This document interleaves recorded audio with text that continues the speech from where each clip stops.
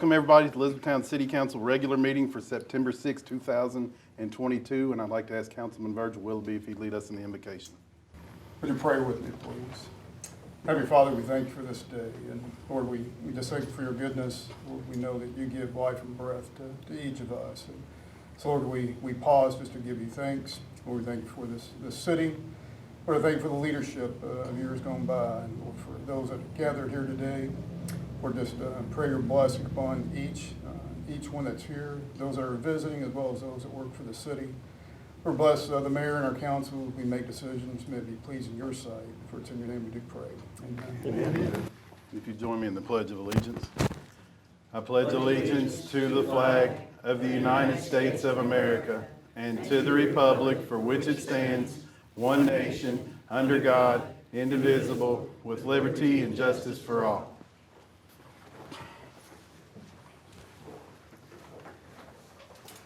First order of business will be approval of minutes for August 22nd, 2022. If I can get a motion. Second. All in favor? Aye. Opposed? Seeing none, motion carries. Thank you, Councilman Fulkerson. Knew you had more important things to do. I do.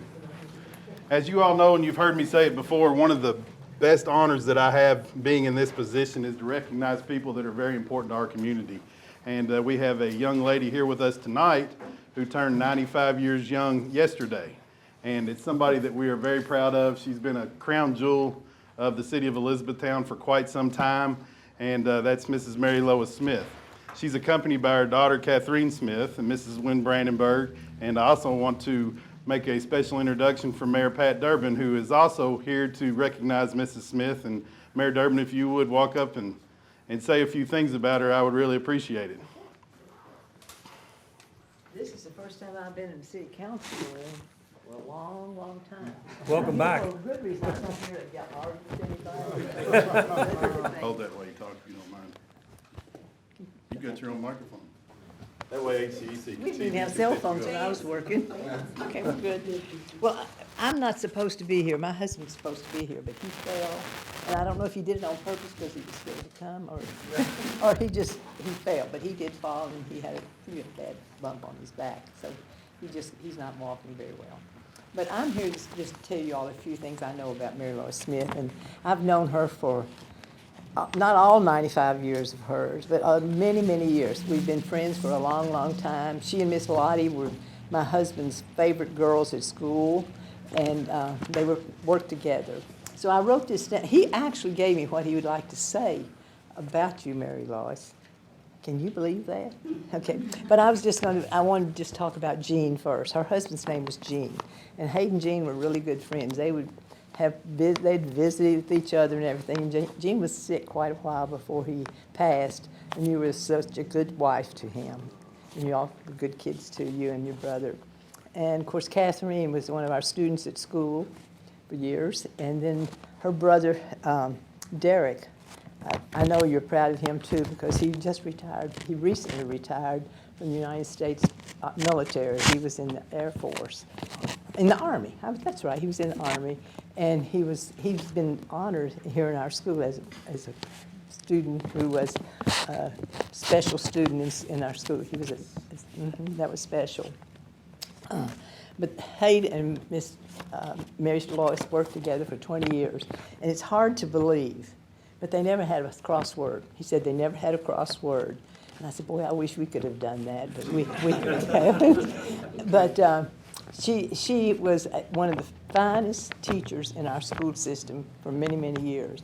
And before she was a teacher at school, she was a social worker for us. But she worked as a police officer, cross guard at the schools.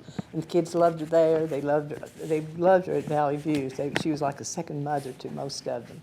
But they did work together for 20 years, and it was just amazing. I said, he said, and I can't believe it, because Mary Lois she would speak her piece if she had to speak it, but she always agreed with Hayden about the end of the discussion that you had. He said she was a wonderful person with whom to work.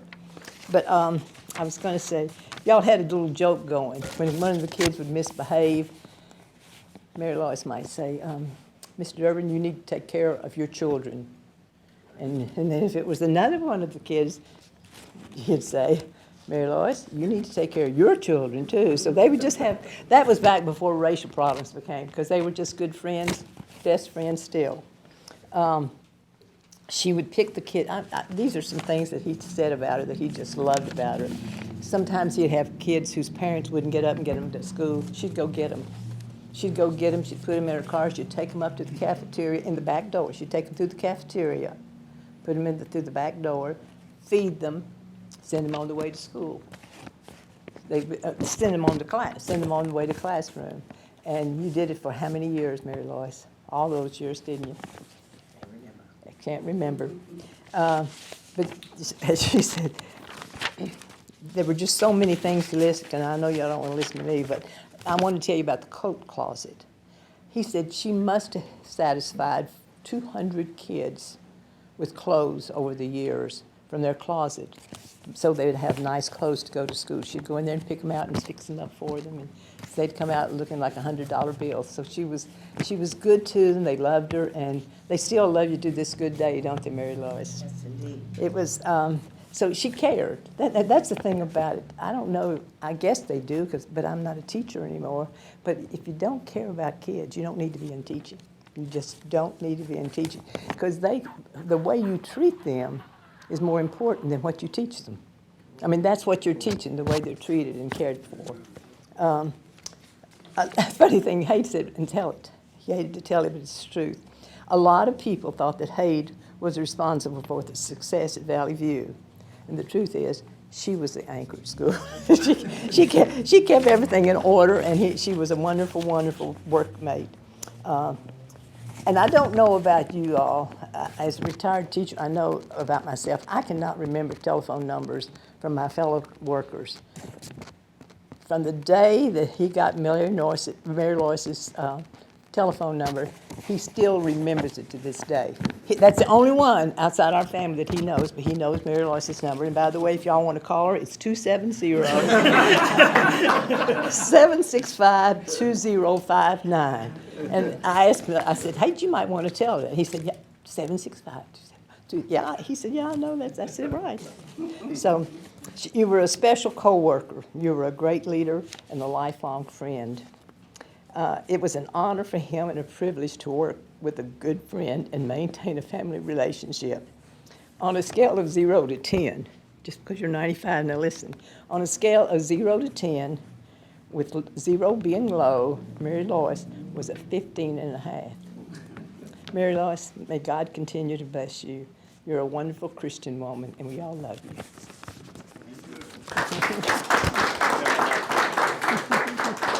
I want to talk some more. Well, you can keep it if you want.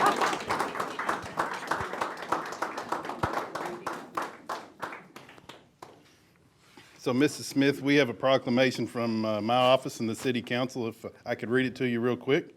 City of Elizabethtown proclamation from the office of the Mayor, Mary Lois Smith, will celebrate her 95th birthday on 9/5 of 2022, and whereas Mrs. Smith attended Kentucky State College starting in 1945 and moved to Elizabethtown in 1952. In 1955, she became the first black female police officer for the city of Elizabethtown, and she began her 30-year career in the Elizabethtown school system as a truancy officer, but helped children in so many ways, to include clothing, feeding, and health care. And whereas she has displayed genuine concern and service to the community by serving as a founding member of the following boards: Helping Hand of Hope, Wesley Hilltop House, and Lincoln Village. And whereas Mrs. Smith received the Lucy Harth Smith Atwood S. Wilson Award for Civil and Human Rights and Education from the Kentucky Education Association, and a Lifetime Achievement Award from the Hardin County branch of the NAACP. And whereas the City of Elizabethtown wants to acknowledge, recognize, and show appreciation to Mary Lois Hardin Smith for all of her good deeds, kindness to others, and community-oriented leadership and citizenship, to include her ability and willingness to work with everyone. And whereas Mrs. Smith lives by a favorite quote: "Pray God that you accept the bits and pieces in humility and wonder, and never question and never regret." Now therefore I, Jeffrey H. Gregory, Mayor of the City of Elizabethtown, Kentucky, by virtue of the authority vested in me, am honored to hereby proclaim yesterday, your birthday, September 5th, 2022, Mary Lois Smith Beacon of Light Day. So congratulations. Thank you very much. I appreciate everything you've done for me. And I've got one more thing. Just in case we need you for anything else, I got a key for you to get in every door in the city, I hope. I don't know, I haven't tried it, but you. So that is a key to the city from myself and the council, and I hope that you'll display that proudly. And there's a little cover for you too, and it's got your name on it. Thank you. And finally, Chief Thompson, our Chief of Police for the Elizabethtown Police Department's got a presentation that he'd like to make to you too. I know it's hard to believe, but I was not in this picture and didn't work at the PD in 1955 when you were down there. But we wanted to say happy birthday, and that's a very belated thank you for your service to the Elizabethtown Police Department. And if you recognize that photograph, Yes, I do. and, Oh, but yes. we had, I apologize, the other one's faded. We couldn't find a better quality one, but we wanted to present just a small token of our appreciation for your service to us and the city. And then again, thank you for being here, and happy birthday. Thank you so much. You're welcome. Thank all of you. And I remember those ladies too. We went in the same time and was whatever the word is right now. We were honored the same day. And I can't remember the names because I've got no one, I can't remember names. But we were very close and worked together close. Well, we don't have a whole lot, unfortunately, of photographs, group photographs, but we just happen to have the one with you in here with those ladies out in front of, I'm not even sure which building. You might recognize that building. City Hall, isn't it? It may be. That It time? predates me just a couple years, so. In courthouse. Yes, I remember the courthouse, and I remember the workers, and also I know that, I'm not asking for it, but one time you had my picture up there by myself. Each one of us had a clipping by ourselves. Now, where's my clipping? I've got some scissors and I can clip that one out. No. This is fine, this is fine. We'll see if we can come up with that though. We've got a few detectives down there. I'm gonna put a detective on it looking for that clipping. I just want to bring a little laughter, but thank you so much. You're quite welcome. Happy Appreciate birthday. this very much. You have anything you want to say? Other than You looking got for to talk into the microphone like Mary Derby. Oh, I have enjoyed being invited here, and some of you I have known through the years. I'm looking around. Some of you have known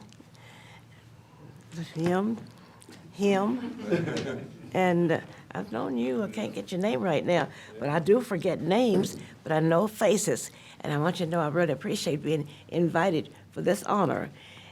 I enjoyed doing what I was doing at the time, and I appreciate that I was invited at that time to do the work, and I continue to do it according to what the Lord had asked me to do. And whatever I do now, I still work for the Lord, and I'm so glad that I do. And I hope and pray that you are working for the Lord also. So thank you so very much. I could keep on talking, but you don't want me to do that. But thank you very much, and thanks for inviting me. Thank Thank you, you for ma'am. coming. Happy birthday. God bless you. Thank you. Yes. I have a flower garden at my house, and some of you have seen it. How many of you gone by my house? I have seen it multiple times. My garden. I want you to know it is mine because it's at my house. But my daughter is the one who has brought that here from, where'd you bring? South Bend. And she had put out the garden of beautiful flowers, and we want you all to come by and see it. It gives me an honor to know that I've got it in my yard. So thanks, all of you. When you do come, I'm thanking you ahead of time. So now we can come see your flowers and we know your phone number. Yes. No, I'm not asking her that. We'll start with ordinance number 25, 2022, setting franchise tax rate on all eligible bank deposits as defined in KRS Chapter 136. Judge Howard. This is an ordinance that I'll read in full, just as the nature of the ordinance. Be it ordained by the city of Elizabethtown, Kentucky, that from after the passage, approval, and publication of this ordinance as follows. There is hereby imposed on all financial institutions as defined by law located within the city of Elizabethtown for the 2022 tax year, a franchise tax at the rate of 0.025% on all eligible deposits as defined by KRS Chapter 136, maintained by such financial institutions. That all taxes hereby levied shall become due and payable as provided by law, together with special levies heretofore made for street improvements. If any tax bill is not paid on or before January 1 of 2023, said tax bill shall be declared delinquent and shall bear interest at the rate of 6% per annum or 0.5% per month or fraction thereof until paid. In addition, the penalty of 10% of the amount of tax for general purposes and special assessment shall be added to said bill and collected, being the penalty for non-payment when due. It is further ordained that in the event any such tax bill shall be paid during the month of October of 2022 or November 2022, a 2% discount shall be allowed by the Elizabethtown Director of Finance. Be it further ordered, the mayor of the city of Elizabethtown and or his designee is hereby authorized and directed to take all steps necessary to perfect this ordinance, and this will constitute a first reading of this ordinance. Any discussion? Let's keep moving on the tax ordinances then, and then we'll go back to the civil service one. Okay. Ordinance number 26, 2022, setting 2022 tax rate for real and personal property. Judge Howard. Be it ordained by the city of Elizabethtown, Kentucky, that from and after the passage, approval, and publication of this ordinance as follows: that an ad valorem tax of 11.6 cents on each $100 assessed value of all real estate and tangible personal property taxable for municipal purposes in the city of Elizabethtown be, and the same is hereby levied for the purposes of raising revenue to pay salaries of officers and employees of said city of Elizabethtown, to pay for repairs and maintenance of streets and public ways, and public and other property of the city, to pay for lighting of the streets, the maintenance and operation of fire and police departments, and all other proper and legal demands against the city. Number 2, that all taxes hereby levied shall be due and payable on December 1st of 2022 as provided by law, and if any tax bill is not paid by December 31st of 2022, said tax bill will be declared delinquent and shall owe a penalty of 5% if paid by January 31st of 2023. In addition, a penalty of 21% of the amount of tax will be owed for bills paid after January 31st of 2023. Additional penalties and interest will accrue once the Hardin County Sheriff's Office transfers delinquent tax bills to the Hardin County Clerk as required by KRS Chapter 134. General purposes and special assessments shall be added to said tax bill and collected, being the penalty for non-payment when due. Item 3, that a discount of 2% shall be allowed on that portion of the tax bill for general purposes if paid by November 30th of 2022. Item 4, that the ad valorem tax bill will be mailed by first-class mail to the property owners as of January 1st of 2022, as provided by the Hardin County Property Valuation Administrator. Item 5, that the payment of the ad valorem tax bill can be received by mail at the Hardin County Sheriff's Office at 150 North Provident Way, Suite 101, Elizabethtown, Kentucky, or in person at the Hardin County Government Building at the same address. This ordinance shall be effective on or after its adoption, publication, and posting as provided by law. Be it further ordained that the mayor of the city of Elizabethtown and or his designee is authorized and directed to take all steps necessary to perfect this ordinance. Again, this is a first reading in full of the ordinance. And then, any discussion on that? And then finally, ordinance number 27, 2022, setting tax rate for all motor vehicle and watercraft. Judge Howard. Be it ordained by the city of Elizabethtown, Kentucky, that from and after the passage, approval, and publication of this ordinance as follows: that an ad valorem tax of 11.6 cents on each $100 of assessed valuation of all motor vehicles and watercrafts taxable for municipal purposes in the city of Elizabethtown be and same is hereby levied as of January 1st of 2023 for the purpose of raising revenue to pay salaries of officers and employees of the city, to pay for repairs and maintenance of streets, public ways, the public and other property of the city, to pay for lighting the streets, the maintenance and operation of fire and police departments, and all other proper and legal demands against the city. This tax will be collected by the Hardin County Clerk. This ordinance shall be effective on or after the adoption, publication, and posting as provided by law, and be it further ordained by the mayor of the city of Elizabethtown and/or his designee is hereby authorized and directed to take all steps necessary to perfect this order. And again, this will be the first reading. Any discussion on that? Mayor, these represent 15 years. No? I thought I'd say it till it was all done. I was gonna actually use it when we voted on it, but I'm glad you jumped in there and said that. Just make note of it. So in all seriousness though, for you and for Councilman Fulkerson and Councilman Bishop that were there when these rates were set, I think in 08, 09, somewhere in that ballpark, they did a great job and got the numbers right, because every council and every mayor has been able to work within those confines, if you will, and produce what we produce for the city of Elizabethtown. So my hat's off to you all. It doesn't mean that they may not be adjusted one day, because we never know what the future holds, but they did a pretty good job back when these were set in 15, 16 years ago, and we've been working off of them ever since and still have not changed them. So it's pretty impressive in my opinion. So hats off to you two and those councils and those mayors at the time.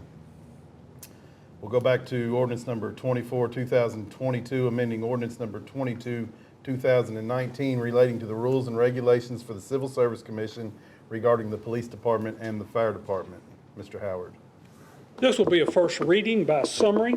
This ordinance continues Civil Service Ordinance number 22 of 2019 for current police and fire civil service employees, but will discontinue civil service for any new employees for police and fire departments of the city of Elizabethtown as of the effective date of this ordinance.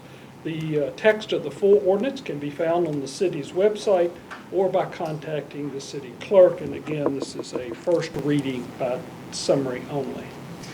Chief Thompson, if you would, can you jump in real quick and tell what the benefits will be for the police department so they have a full understanding of why we're wanting to take this action and head in a different direction? Yes, sir. I'd like to begin by thanking our current and former members of the Civil Service Board, because they do an excellent job helping us out with our selection process, our promotion process, the new hire oral board interviews that we conduct, and they're a tremendous help to us. But the current setup prohibits us from hiring a single applicant if we have a single opening. We have to have a +1, and depending on the number of applicants, a +2. And it's a much antiquated and just cumbersome process. It's just not a simple process. It puts us behind other departments in a very competitive hiring market right now. So what this will enable us to do is, if we do have that single opening, if we have 2 or 3 bodies available, and we have an officer that's currently certified somewhere else, and they came to me and said, hey, I see you have an opening, I'd love to work for you, we can begin that process without worrying about, do we have enough applicants on a list? Do we have to start an entire new process? Essentially, we're hiring 24/7 at that point. And with the growth that we're currently experiencing, about to experience, that will make us a hiring-friendly department. And again, in a very competitive market, it doesn't have us jumping over hurdles, trying to hire 5 and 6 at a time and getting this large applicant pool, only to be able to pick 1 to 2 of those. Because unfortunately, what we've seen is the length of time that our current process takes. Many of our applicants are applying at different agencies trying to find a job in law enforcement. And by the time our lengthy process comes back full circle, they've already found employment elsewhere or moved on to something else. So again, it's worked for many years, but now it's just, it's a different market, and we need to adjust to that market. And Judge Howard has done a phenomenal job at helping us make that happen. And we think this will be very much an equalizing factor for us as we move forward to hire new personnel. Many other municipalities made these changes. We are one of 2 civil service departments in the state of Kentucky right now, and We follow the old. that follow the current makeup of the civil service, and I believe it's Eastern Kentucky, is that correct? I know it's somewhere east of here. Yeah, the trend, I've discussed this with the Kentucky League of Cities, and obviously the trend is to go away from the civil service because of, again, the hiring environment that we're currently in is just not conducive to that.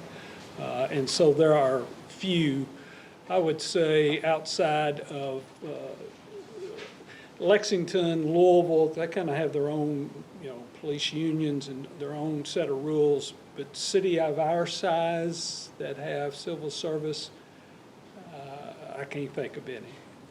Frankly, they're much smaller as a general rule of thumb. Up to this point, have you seen that you've run into problems with hiring? I'm assuming that's why you're bringing this forward, because we've missed out on probably some quality hires. Yes, sir. It's the timing. We went and started to call back some of the folks that had applied for our department when our process became right. And we were ready to move forward with the next step because we had enough applicants for the number of positions that we had. And by the time we got those numbers to meet that algorithm, a lot of the phone calls we made, they were either working or in final stages with other departments. So we missed otherwise qualified candidates. And I will say that there was a time when civil service was probably at its highest effectiveness, was probably before there were laws that protected applicants in a process. But now the Police Officers' Bill of Rights has come around. A lot of KRS Chapter 15, these protections for disciplinary, for hiring, firing, promotions, they're now all law. And we're governed by more than just the civil service. So it's almost just outlived its usefulness. In my opinion, it has. But again, it's not that it didn't work in the past, but to hire the number we're potentially going to be looking at, this is just, it's not a most efficient way to do it, in my opinion. Thank you. I'd also just note for your information that by law, for our current employees, this does not change anything for them. Our current police and fire department employees, they have what we would call vested rights in the civil service system, and so it only applies to new hires going forward. So we'll probably have a need for the Civil Service Commission for the next 15, 20 years. Thank you. Okay, that brings us to second reading without objection of ordinance number 23, 2022, amending the official zoning map for property located at 1670 North Mile Street. Judge Howard. This will be a second reading by summary. This ordinance amends the official zoning classification for property located at 1670 North Mile Street from Urban Residential Limited, or R3, to Urban Residential General, which is R4, to allow for construction of a 162-lot, single-family residential subdivision.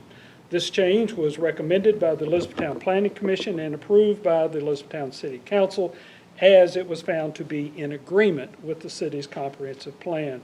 Again, the full text of the ordinance is available on the city's website or by contacting the city clerk.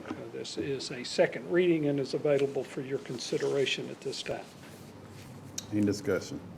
I just have to say this is the third try on this development, and I think it showed that the process definitely works as far as letting people have a say in what's allowed to develop and forcing the developer to respond to what neighbors and the community needs. I think this will be a great development, and housing is way overdue. And so I'm glad this is, well, I guess I'm already telling you how I'm voting, but anyway, I think it's a good thing. And We need it. what fits our comprehensive plan? Yes, and it fits nicely in our comprehensive plan. If I could get a motion in a second. Motion. Second. Councilmember Bishop. Yes. Councilmember Deneen. Yes. Councilmember Fulkerson. Yes. Councilmember Springsteen. Yes. Councilmember Willoughby. Yes. Motion carries. Which brings us to municipal order number 71, 2022, accepting bid for Cherokee Boulevard sewer replacement. Judge Howard.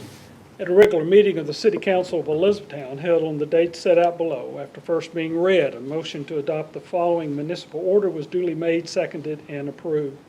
Whereas the City of Elizabethtown wishes to provide proper service to customers through the replacement or repair of sanitary sewer in the Cherokee Boulevard area, and whereas the city prepared bid documents and received public bids on August the 24th of 2022 for the Cherokee Sanitation Sewer Replacement Project, now be it ordered that the City of Elizabethtown accept the bid from Bobby Luttrell and Sons, LLC, for the Cherokee Sanitary Sewer Replacement Project in the amount of $137,850. This would be contract number 53 of 2022, as it was determined to be the best qualified bid.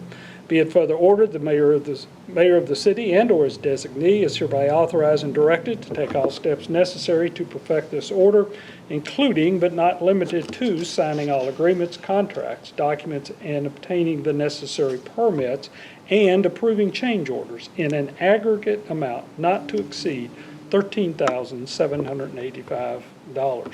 Read, adopted, and approved the 6th day of September of 2022. And Michael Page is here. If you have any questions, he loves to answer them.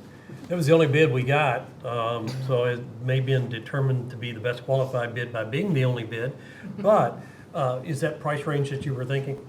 Yeah, it's under budget. We budgeted at 150,000. I already named him Employee of the Year, didn't I?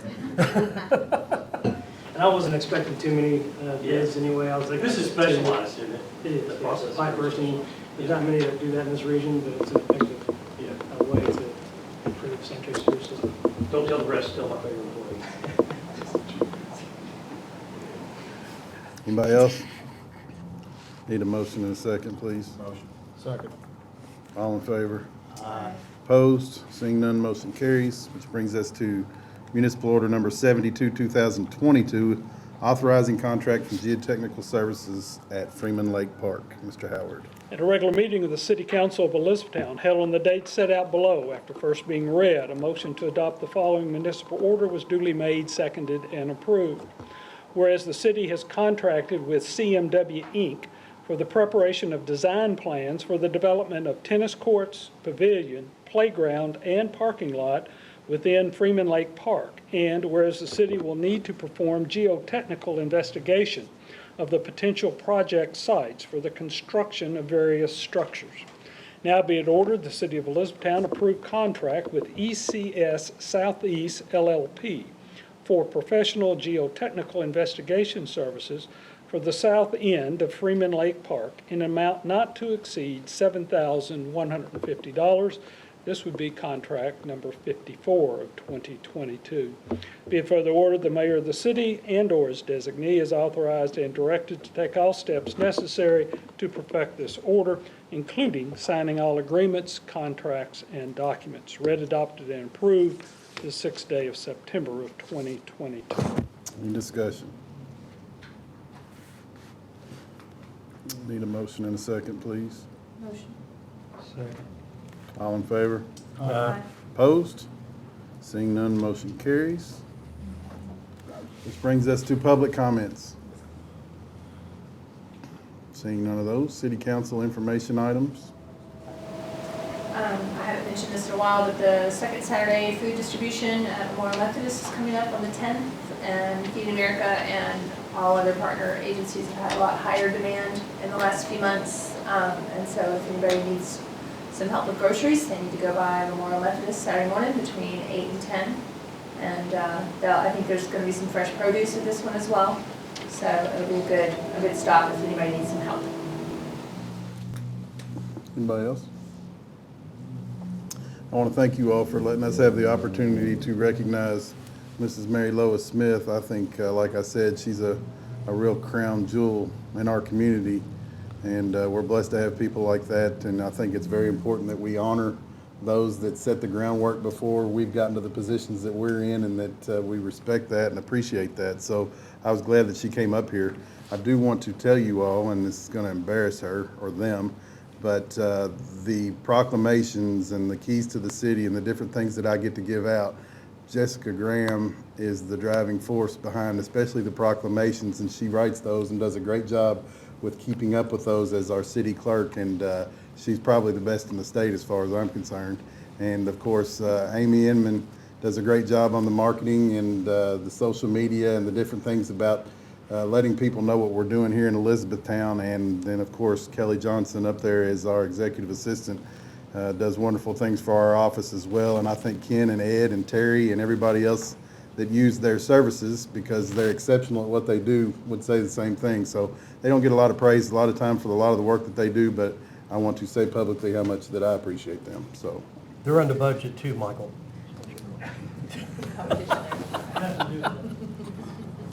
So with that, yeah, I didn't say anything about you, Michael. I was just talking about the ladies. I know, I was just like, I'll get you later. Already paying for it. So they make us look good is what I'm getting at, and I appreciate them. Anybody else? Okay, with that, and I know you all are gonna love this, but we are going closed meeting. I forgot to thank Don Hill Public Works, crosswalk painting over there on French Street. So thank him for that. Don's good with the brush in his hand. All right, so we'll go closed meeting pursuant to KRS 61.810, Section 1, to conduct deliberation on future acquisition or sale of real property by the city, to discuss personnel which might lead to the appointment, discipline, or dismissal of an individual employee, member, or student, and to discuss specific economic development proposals. If I can get a motion in a second, please. Motion. Second. That sound begrudgingly. All in favor? Opposed? Seeing none, motion carries, and we will not have any action. Cody or Gina? Thank you all.